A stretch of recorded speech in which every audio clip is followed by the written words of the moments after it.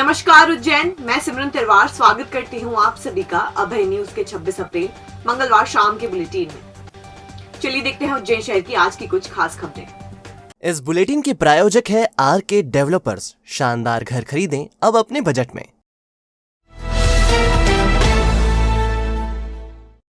चिमनगंज कृषि उपज मंडी में मंगलवार को तोल कांटे पर ट्रॉली लगाने को लेकर विवाद इतना बढ़ा कि गार्ड ने किसान पर गोली चला दी। गोली के छर्रे किसान को लगे हैं। फायर करने के बाद गार्ड मौके से फरार हो गया। गोली चलने के बाद अन्य किसानों ने जमकर हंगामा किया। उन्होंने साफ किया कि गार्ड की गिरफ्तारी होनी चाहिए। दरअसल ये विवाद मंगलवार की दोपहर करीब 3 बजे यश बलराम तोल कांटे पर हुआ। इंगोरिया थाना क्षेत्र के कड़ाई गांव के निवासी किसान राकेश आंजना गेहूं बेचने आए थे। इसी दौरान ट्रॉली लगाने को लेकर उनका विवाद गार्ड अजय ठाकुर से हो गया। गुस्से से भरे अजय ने गन से फायर कर दिया। इससे निकले छर्रे किसान को लगे। किसान राकेश आंजना ने बताया कि सुबह से ही गार्ड धमका रहा था। वह गन में बार बार कारतूस भर रहा था। आंजना ने कहा कि गार्ड किसानों का गेहूं नहीं तुलाने देना चाहता था, इसलिए वह बार बार हरकत कर रहा था। इसमें कांटे वाला भी शामिल है।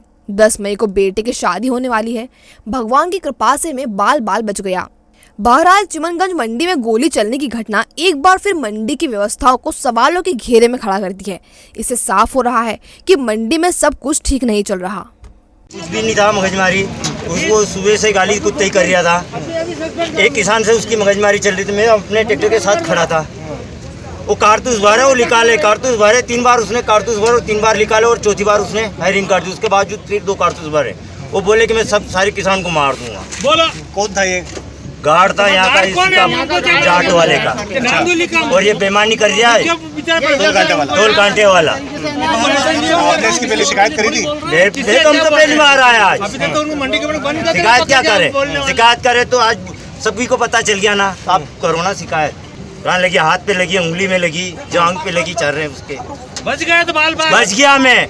मेरे 10 तारीख को शादी, अगर मैं मर जाता तो मेरे बच्चे की शादी कौन कर? उन्होंने वहाँ पे व्यवस्था बनाने के लिए अपना सिक्योरिटी गार्ड भेजा था, जो अपनी गन लेके साथ में था। वहाँ किसानों के साथ में लाइन लगाने की बात को लेकर उसका थोड़ा हॉट टॉक हो गई और उसी तेज़बंदी में उसने व्यवस्था बनाने के हिसाब से रोड के ऊपर एक 12 बोर से फायर कर दिया, जिससे कुछ गिट्टी कंकर उछल के 1-2 लोगों के हाथ में, उंगलियों में चोट लगी है। चूँकि लाइनें बनाने पर किसान लोग भी अपनी तरफ से लाइनें में बनाने में सहयोग नहीं कर रहे थे, तो ट्रैक्टर आगे पीछे करने की बात को लेके मैं ट्रैक्टर आगे करूँगा नहीं करूँगा, इस बात पर से फायर हो गया है। ये जिस प्रकार से हमें आवेदन देंगे, मेडिकल कराया जाएगा। और चूँकि प्रथम दृष्टया गार्ड के द्वारा नेग्लिजेंसी दिखाई दे रही है, तो उसके खिलाफ आपराधिक प्रकरण दर्ज किया जाएगा। गांधीनगर में रहने वाले एक अधेड़ का एक महिला ने अपने साथियों के साथ मिलकर अपहरण कर लिया। आगरा रोड से उसे पीटते हुए नागजीरे तक लाया गया, फिर यहां से सड़क पर छोड़ दिया गया। पुलिस में प्रकरण दर्ज कराने के लिए फरियादी थाने दर थाने भटकता रहा। कोतवाली पुलिस ने इसे चिमनगंज का मामला बताती रही और चिमनगंज वाले नागजीरी थाने का। फिलहाल मुकदमा दर्ज नहीं हुआ है और फरियादी टल्ले पर टल्ले खा रहा है। दरअसल आगर रोड पर स्थित गांधीनगर में रहने वाले पवन पवार ने 2018 में नानाखेड़ा में रहने वाली चंद्रकला सिसोदिया को बाइक बेची थी। किसी कारणवश पवन ने नाम ट्रांसफर नहीं करवाया था। लगातार 4 साल से परेशान चंद्रकला सोमवार को पवन के घर के पास कार लेकर पहुंची और जैसे ही पवन बाइक लेकर घर से निकला, उसे घेरकर चंद्रकला ने जबरदस्ती कार में बैठा लिया। कार में चंद्रकला के साथ 3 युवक और थे। इन्होंने पवन की धुनाई शुरू कर दी। वह उसे पीटते पीटते चामुंडा माता चौराहा से होते हुए नागजीरी ले गए। यहाँ उसे उतार कर फिर जमकर पीटा और कार लेकर रफू चक्कर हो गए। जैसे तैसे पवन नागजीरी से कोतवाली पहुंचा, लेकिन उसकी रिपोर्ट नहीं लिखी गई। घटनास्थल चिमनगंज थाने बताते हुए पवन को चिमनगंज भेज दिया गया। यहाँ भी पवन की नहीं सुनी गई और घटनास्थल नागजीरी बता दिया गया। फिलहाल रिपोर्ट लिखाने के लिए पवन टल्ले पर टल्ले खा रहा है। घटनाक्रम ये हुआ कि मैं बालिका को सामान दिलाने जा रहा था। उसको हल्का सा सामान दिलाया, वो गई। इतने में ये लोग आ गए। उन्होंने गाड़ी में हाथ पकड़ के बिठाया और फिर यहाँ तक मैंने कहा तुम आज यहाँ मत बैठो, बोला आप चामुंडा तक चलो। फिर मैं चामुंडा पे गया। चामुंडा पे मेरी बाइक रखी और फिर उन्होंने बिठा के और फिर मेरे को ले गए। वो कहाँ ले गए थे आपको? कहाँ ले गए? पहले इंदौर रोड ले गए, फिर इंदौर रोड से फिर देवास रोड ले गए, फिर बाईपास घुमाया और घुमा के फिर माराकुटी करते हुए चलते रहे। उनके नाम कौन? नहीं, उनको नहीं जानता हूँ, सिर्फ एक को जानता हूँ जो लेडीज से। कौन है वो लेडी? चंद्रकला मालवी। कहाँ रहती है ये नानाखेड़ा पे रहती है। दो युवकों ने पहले तो एक युवक को बाइक से कट मारी। जब कट खाने वाले युवक ने युवकों को टोका तो उन्होंने उसे दौड़ा लिया। भगा कर 10 चाकू मारे। घायल युवक को जिला अस्पताल में भर्ती किया गया है। केडी गेट पर रहने वाले 22 वर्षीय शाक के पिता मंजूर कुरैशी पर बाइक सवार 2 युवकों ने चाकू से हमला बोल दिया। दरअसल शाकिब ने इन युवकों को बाइक से कट मारी थी और इससे वह खफा थे। शाकिब के मुताबिक वह 24 खंबा माता मंदिर के पास से गुजर रहा था। इसी दौरान 2 बाइक सवार युवकों ने उसे कट मार दी। इस पर शाकिब ने उन्हें टोका तो दोनों युवक बाइक से उतरे और शाकिब को दौड़ा लिया। उन्होंने चाकू निकाला और ताबड़तोड़ वार करने शुरू कर दिए। एक के बाद एक 10 वार किए। हमले में शाकिब बुरी तरह घायल हो गया। उसे उपचार के लिए जिला अस्पताल ले जाया गया। यहाँ उसका इलाज जारी है। महाकाल थाना पुलिस ने बताया कि मामले में अज्ञात युवकों के खिलाफ प्रकरण दर्ज कर लिया गया है। सीसीटीवी कैमरों के फुटेज के आधार पर युवकों की शिनाख्ती के प्रयास किए जा रहे हैं। गाड़ी तक पटल्ला मारा उसने और चाकू मार दी। जरा सी बात किस बात पे? पटल्ला मारने की बात क्या हुआ था? बैटरी मारा। मेरा सीधा घर जा रहा था तो उसने पटल्ला मार दिया था। पहचान करनी है, ये नहीं है, वो नहीं है। उसने फिर वो दूसरा आया, उसने पीछे से धनाधन मार दिया था। कितने घाव आपको? 10-12 घाव। व्यापारिक प्रतिस्पर्धा के चलते टावर चौपाटी पर बीती रात एक बार फिर 2 पक्ष आमने सामने हो गए। इसमें 3 युवक घायल हुए हैं। 1 महीने पहले भी इनके बीच विवाद हुआ था। टावर चौपाटी पर व्यापारिक प्रतिस्पर्धा को लेकर आए दिन विवाद होते रहते हैं। बीती रात यहाँ ठेला लगाने वाले गौरव रायकवार, उसके भाई प्रभात रायकवार, राहुल ने मिलकर जूस का ठेला लगाने वाले सुरेंद्र पिता देवी सिंह चावड़ा पर हमला कर दिया। हमले में देवी सिंह के दोस्त राकेश मड़िया, निवासी पवासा और उंडासा के रहने वाले रोशन राठौड़ भी घायल हो गए। सुरेंद्र ने बताया कि व्यापारिक प्रतिस्पर्धा के चलते उनका पहले गौरव रायकवार से विवाद हुआ था। इसी के चलते बीती रात घूरने के विवाद में तीनों ने मिलकर उनके साथ मारपीट की। कल रात में सर मैं पता सिखाने गया था टावर चौपाटी पे, तो वहीं के ठेले लगाने वाले वो मेरे माता आ गए। जब कौन थे? जो गौरव रायकवार और प्रभात रायकवार और एक उनका साथी था राहुल। किस चीज़ों से मारा आपको? कितने लोग घायल? पाइप से मारा, हमारे को 3 लोग घायल। कौन था मारने वाले? कुछ नाम है? गौरव रायकवार, प्रभात रायकवार, राहुल। तुम्हारी भी दुकान है ना टावर पे? हाँ, जूस की, गन्ने की चल। जूस की? हाँ। 2035 तक के लिए तैयार हो रहे शहर के मास्टर प्लान पर एक बार फिर से ग्रहण लगने जा रहा है। अखिल भारतीय अखाड़ा परिषद ने सावरा खेड़ी, जीवन खेड़ी और दाऊद खेड़ी की जमीन को पीएसपी कैटेगरी में ही रखने का अनुरोध किया है। परिषद अध्यक्ष रविंद्र पुरी जी और महामंत्री हरिगिरी जी ने 4 पेज का पत्र आवास और पर्यावरण विभाग के अवर सचिव को भेजा है। इसमें ये तक जिक्र किया गया है कि क्यों इस जमीन को आवासीय नहीं करना चाहिए। परिषद ने 3 बिंदुओं पर अपनी आपत्ति दर्ज की है। शिप्रा के पश्चिम तट को विकसित करने के इरादे से मास्टर प्लान में जमकर खेल किया गया है।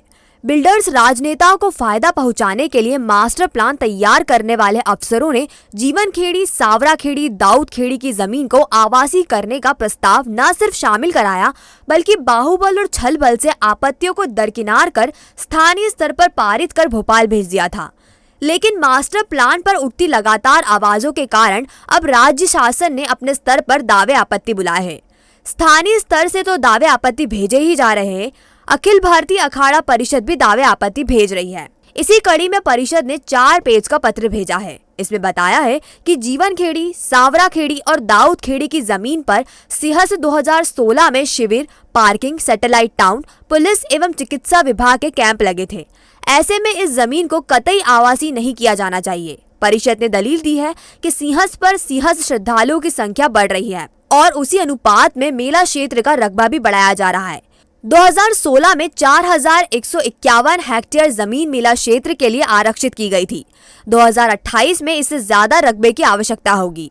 परिषद ने शिप्रा नदी के आसपास के 200 मीटर के ग्रीन बेल्ट एरिया को घटाकर 100 मीटर करने पर भी आपत्ति दर्ज कराई है। परिषद के मुताबिक ग्रीन बेल्ट एरिया घटना से शिप्रा नदी के किनारे पर रिसोर्ट, गेस्ट हाउस, शैक्षणिक संस्थान, धर्मशाला, मठ और आश्रम बनेंगे और इनसे निकलने वाला सीवरेज शिप्रा को दूषित करेगा। यह सीधे सीधे धार्मिक भावनाओं पर कुठाराघात करने वाला होगा। अतः शिप्रा के 200 मीटर के एरिया में किसी भी तरह का निर्माण नहीं करने पर जोर दिया गया है। परिषद ने शिप्रा के दोनों किनारों पर सघन पौधारोपण करने और मास्टर प्लान में होने वाले बदलाव की जानकारी परिषद को देने को भी कहा है। त्रिवेणी से मंगलनाथ मंदिर तक रिवर फ्रंट कॉरिडोर बनाने का सुझाव भी दिया है।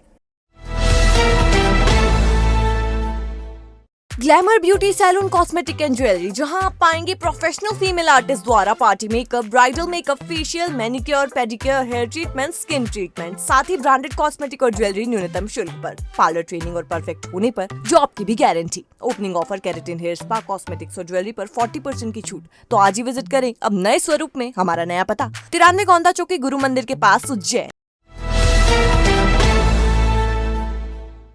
लंगसरा के इस सीजन में उज्जैन दुग्ध संघ ने घी, लस्सी, दही और दूध की सप्लाई में एकाएक कटौती कर दी है। बीते एक सप्ताह से पार्लरों पर घी नहीं पहुंचा है। यही स्थिति दूध, दही और लस्सी की भी है। सप्लाई में कमी के चलते पार्लर संचालकों ने शादी पार्टी के ऑर्डर लेना भी बंद कर दिए हैं। अफसर इसे पूरे मामले में सब कुछ ठीक होने का हवाला दे रहे हैं, जबकि लोगों का कहना है कि निजी डेयरी संचालकों को फायदा पहुंचाने के लिए सप्लाई का संकट खड़ा किया जा रहा है। आमतौर पर वैवाहिक सीजन में उज्जैन दुग्ध संघ के दूध और घी की जबरदस्त डिमांड रहती है। मक्सी रोड पर स्थित उज्जैन दुग्ध संघ एक बार फिर विवादों में है। ताजा मामला संघ के दुग्ध उत्पादों की कमी और आपूर्ति नहीं होने से जुड़ा हुआ है। शहर में उज्जैन दुग्ध संघ के करीब 125 पार्लर हैं। इन पार्लरों पर बीते 8 दिन से घी की सप्लाई नहीं दी गई। इसके साथ ही लस्सी की 200 ml की पैकिंग, दही की छोटी पैकिंग की सप्लाई भी नहीं दी जा रही। शादी विवाह में सबसे ज्यादा बिकने वाले पनीर की 5 किलो की पैकिंग भी लंबे समय से बंद है। सांची गोल्ड दूध, जो शादियों में सबसे ज्यादा चलता है, उसकी सप्लाई में भी दिक्कत आ रही है। कमाई का सीजन होने के बावजूद उत्पादों की किल्लत के कारण संचालक बुकिंग नहीं कर पा रहे हैं। दुग्ध संघ के सीईओ डीपी सिंह आपूर्ति में कमी की बात को पूरी तरह स्वीकार नहीं करते। वह कहते हैं कि डिमांड बढ़ने पर सप्लाई में थोड़ी दिक्कत आई थी और तब पार्लर संचालकों ने समस्या भी बताई थी। इसके बाद आपूर्ति सामान्य कर दी गई। कुछ उत्पादन पैकिंग नहीं होने के कारण पार्लरों तक नहीं पहुंचे हैं। इसका निराकरण जल्द ही कर दिया जाएगा। बता दें कि सामान्य दिनों में उज्जैन शहर में दुग्ध संघ का 60,000 लीटर दूध सप्लाई होता है, जबकि संघ रोजाना 1,20,000 लीटर दूध दुग्ध उत्पादन समितियों के माध्यम से खरीदता है। हर दिन बेचने वाले 60,000 लीटर दूध का उपयोग विभिन्न उत्पाद बनाने में किया जाता है। इधर सूत्रों ने बताया कि सप्लाई बाधित कर उज्जैन दुग्ध संघ के अधिकारी प्रतिद्वंदी ब्रांड अमूल और निजी डेयरी को फायदा पहुंचा रहे हैं।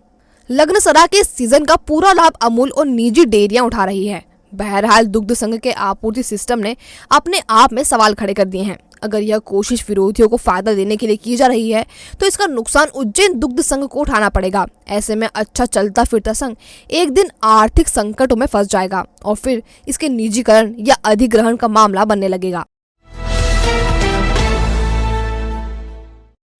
750 करोड़ के श्री महाकालेश्वर मंदिर विस्तारीकरण योजना का पहला चरण पूर्णता की ओर है। पहली बार रुद्र सागर में सीवरेज मिलना पूरी तरह से रोक दिया गया है। अब सागर को गहरा कर उसमें साफ पानी भरने की तैयारी की जा रही है। पीएम नरेंद्र मोदी पहले चरण के लोकार्पण कार्यक्रम में आ सकते हैं। उज्जैन को खूबसूरत धार्मिक पर्यटन केंद्र बनाने के लिए स्मार्ट सिटी प्रशासन श्री महाकालेश्वर मंदिर में 750 करोड़ की विस्तारीकरण योजना पर काम कर रहा है। 2 चरणों की इस योजना का पहला चरण लगभग पूरा होने को है। 90% काम हो चुका है, केवल फिनिशिंग का काम चल रहा है। कलेक्टर आशीष सिंह ने बताया कि पहले चरण का काम पूरा होने वाला है। जून में इसका लोकार्पण किया जाएगा। सीएम शिवराज सिंह चौहान ने पीएम नरेंद्र मोदी को आमंत्रित किया है।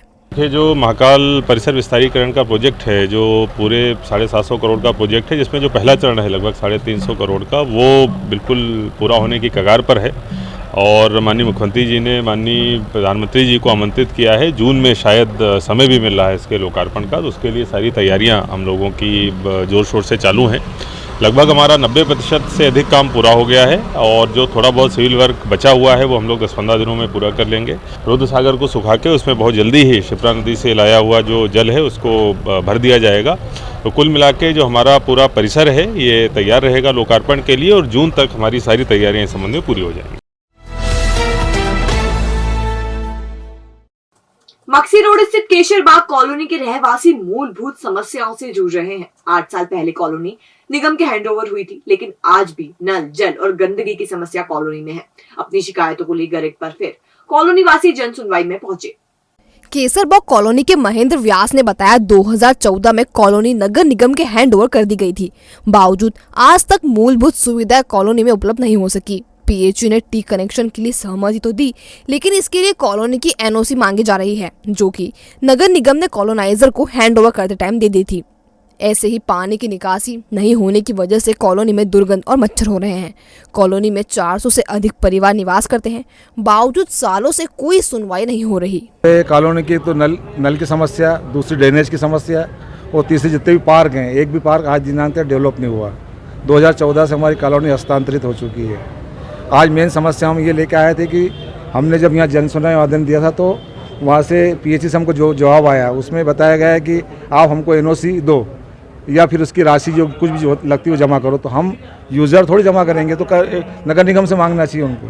तो हमसे NOC मांग रहे तो हम कहाँ से, वो आज सर को हम ये वापस रिपीट आवेदन ये देने आए कि हमारी जो NOC हम कहाँ से देंगे। NOC हम आवेदन तो इसके पहले कई बार दे चुके, बाकी अब रजिस्टर्ड हमारी 6 महीने पहले हुई है। तो रजिस्टर्ड होने के बाद थोड़ा सा जवाब सवाल होने फिर तो हम हमारे कागज तो पहले 3-4 दिए हैं, बाकी आज तक उसका कोई रिटर्न जवाब नहीं आया हमारे पास। हर मंगलवार को बृहस्पति भवन में होने वाली जन सुनवाई में इस मंगलवार जमकर विवाद हो गया। नगर निगम के सहायक आयुक्त सुबोध जैन ने एक आवेदक का गला पकड़कर दबा दिया। आवेदक ने कैमरे के सामने जैन पर संगीन आरोप लगाए हैं। हालांकि जैन ने आरोपों को बेबुनियाद बताया है। दरअसल ये विवाद मंगलवार को उस वक्त हुआ जब बृहस्पति भवन में हो रही जन सुनवाई में डाबरी पीठा निवासी जयप्रकाश शर्मा शिकायत करने पहुंचे। शर्मा दरअसल 24 खंबा माता मंदिर के पास हो रहे निर्माण की शिकायत लेकर आए थे।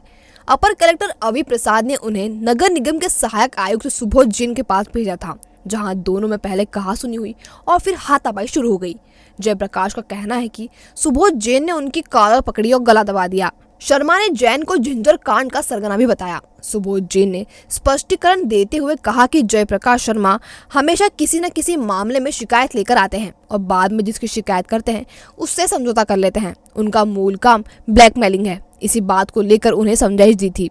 विवाद जैसी कोई बात ही नहीं है। अंदर क्या हुआ कि यहाँ पे सुबोध जैन है, जो पहले वो उपायुक्त थे, उन्होंने मेरा गला दबाया और उन्होंने गला पकड़ लिया मेरा और कहा कि साहब ये तो रिश्वत खाता है और रिश्वत के लिए शिकायतें करता फिरता है। जबकि फेमस और जबकि ये है सिकंदर जो शराब कांड हुआ था उसका हीरो था ये, उस पर कोई कार्रवाई नहीं हुई, पैसे देके सब बच गए ये।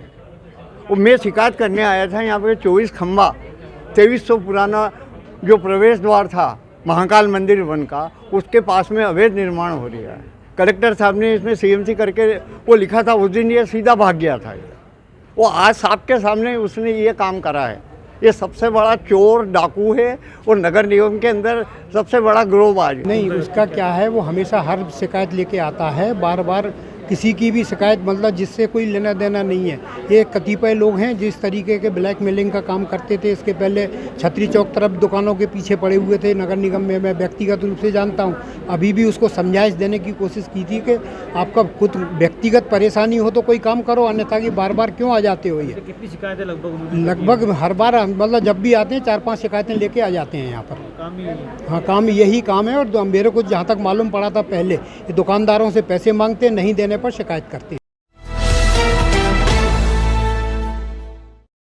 शराबी पति ने तेज में आकर पत्नी का हाथ तोड़ दिया। घटना के बाद महिला को उपचार के लिए जिला अस्पताल में भर्ती किया गया है। महुड़ी की रहने वाली संजू बाई के साथ पति करण सिंह ने लठ से मारपीट की। संजू बाई ने बताया कि उसका पति शराब पीने का आदी है, आए दिन शराब पीकर गाली गलौज और मारपीट करता है।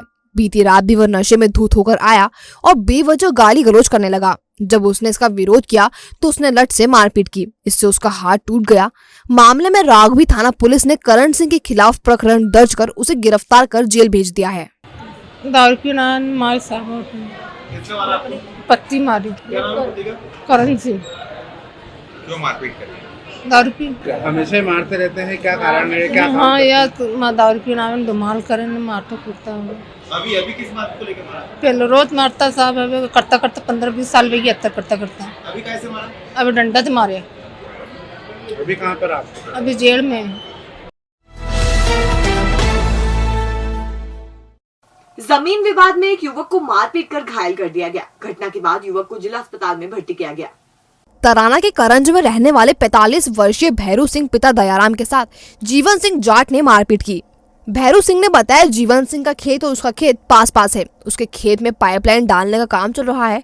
इसी दौरान जीवन आया और उसके साथ विवाद करने लगा। विवाद बढ़ने पर मारपीट शुरू कर दी। भैरू सिंह ने बताया कि जीवन सिंह गांव का जमींदार है। वह आए दिन गांव वालों से गाली गलौज और मारपीट करता है। इस वजह से पूरे गांव के रहवासी उससे परेशान हैं। मैं कल खेत पे था, मैं मेरे पाइपलाइन गड़वा रहा था, नर्मदा जी की पाइपलाइन की, तो वहाँ पे आ गए वो सुना के गालियाँ देने लगे, गाड़ी आड़ी कर दी। मैं निकलने लगा, मैंने कहा अंकल जी यार मेरे को बात नहीं करनी, आप जो भी हो यार जिससे तकलीफ हो उसको बोलो यार, मेरे को क्यों सुना रहे हो कि मैं तेरे को गोली मार दूंगा, फिर कल का अपहरण करवा दूंगा, किसी से पिटवा दूंगा। टावल में पत्थर बांध के लाए थे वो सर, उसके लिए।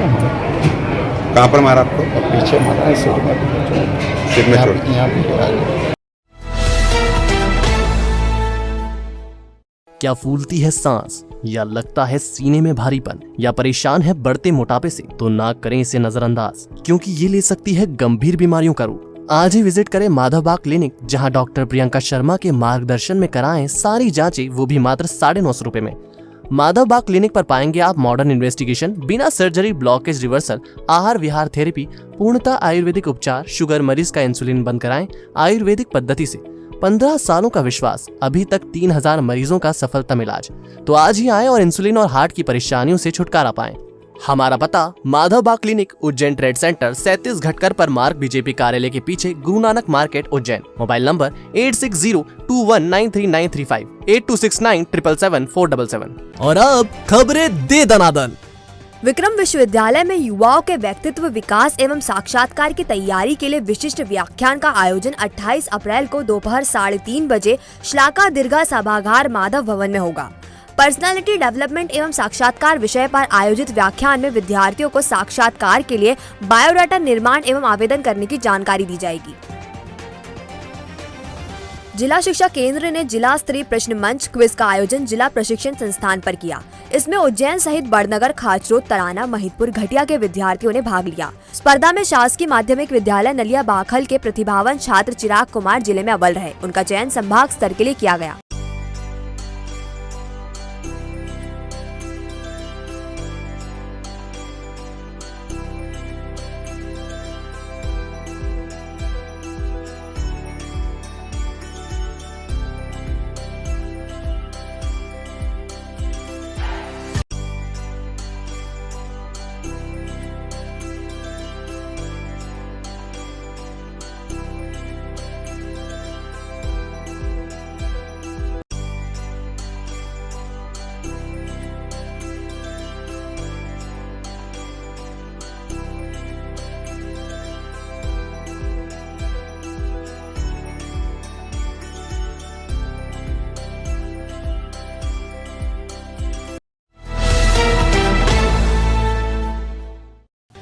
तो ये था उज्जैन शहर का आज का हाल। अगर आपके पास कोई फीडबैक है खबरों को लेकर, तो आप हमारे कमेंट सेक्शन में, या फिर हमारे इनबॉक्स में, या फिर हमारे कॉन्टैक्ट नंबर 911111440007 पर बता सकते हैं। कल फिर मिलेंगे इसी समय। नमस्कार।